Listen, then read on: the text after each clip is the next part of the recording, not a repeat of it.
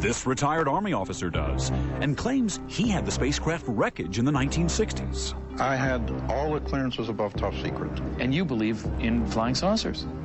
And wait till you hear what he says our visitors brought along. So all this technology came from aliens? Could the government have kept an incredible secret for 5 decades? John Hockenberry on claims of close encounters and cover-ups. From our studios in New York, here again is Stone Phillips. It's known as the Roswell Incident, the legend born 50 years ago when someone stumbled across some debris in the New Mexico desert. Today, the Air Force released a new report on Roswell, its second, saying that wreckage, which some believe was an alien spaceship, was really just debris from a damaged observation balloon. And the aliens people reported seeing, dummies from a balloon test. Tonight, the Roswell Incident revisited, including a new link in the legend, the claim that some of this century's greatest inventions came not from the recesses of our brains, but from the remains of that alleged alien spaceship. John Hockenberry on sightings and secrets.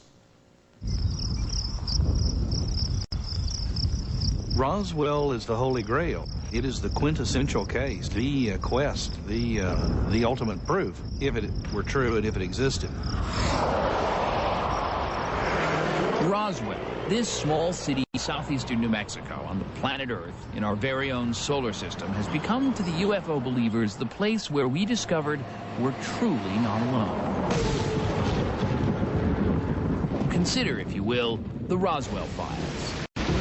A tale that begins, appropriately enough, on a dark and stormy night, 4th of July weekend, 1947. In the preceding months, the nation was in the midst of a series of UFO sightings. Across the country, inexplicable objects were reported racing across the skies.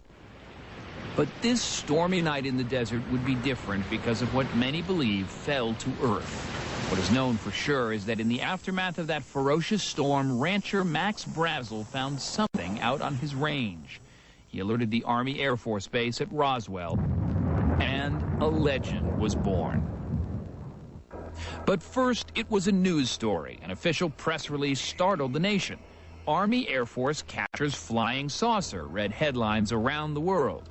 The next day, the Army retracted it all, held a press conference to show the alien wreckage. The cosmic debris, they said, was only the remains of a crashed weather balloon.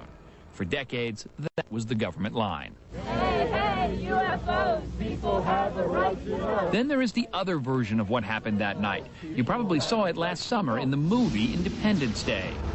In the 1950s or whatever, you had that spaceship. Was it Roswell, New Mexico, yeah. No, you had the spaceship and you had the bodies. They were all locked up in a bunker.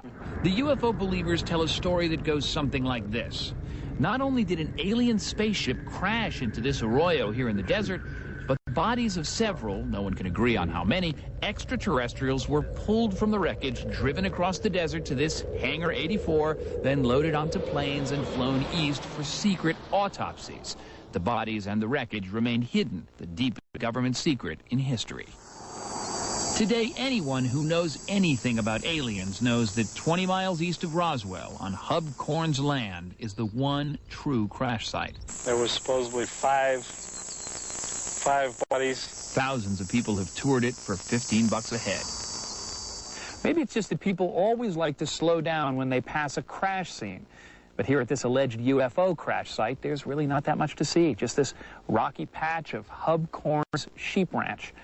But on July 4th, when millions of Americans will be laying out on some beach, tens of thousands of people are expected to make a pilgrimage right here to the place where they believe UFOs stopped being science fiction and became, for all time, historical fact.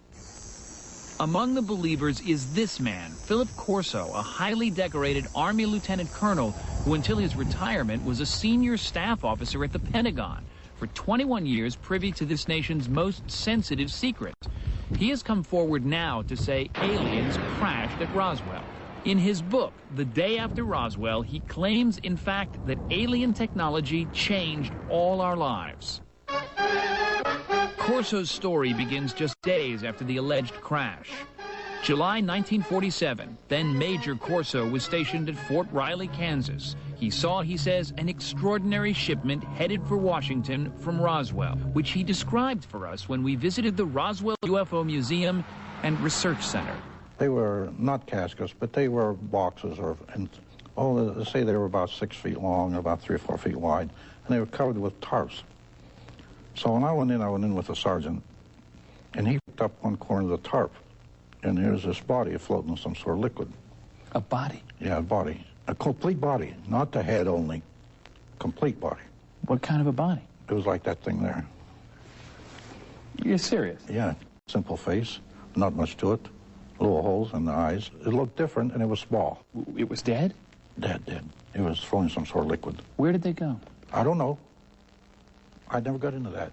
Corso says he never mentioned his close encounter with alien bodies when he was on General MacArthur's staff in the Korean War, or when he was military advisor to President Eisenhower, or even when he was a commander of a nuclear missile battalion in Germany during the Cold War. So you commanded nuclear warheads? I had atomic warheads. You know, this was not trivial stuff. You're a colonel in the U.S. Army with access to the most secure secrets of the United States government. I had all the clearances above top secret. I had the satellite clearance, eyes only at the White House. I had the crypto clearances. I had all those clearances one time or other. And you believe in flying saucers? I have to believe it. In the whole Roswell saga, Colonel Corso holds a particularly important position. He is the only alleged eyewitness to the alleged existence of the alleged alien bodies. We called them, in those days, extraterrestrial biological entities.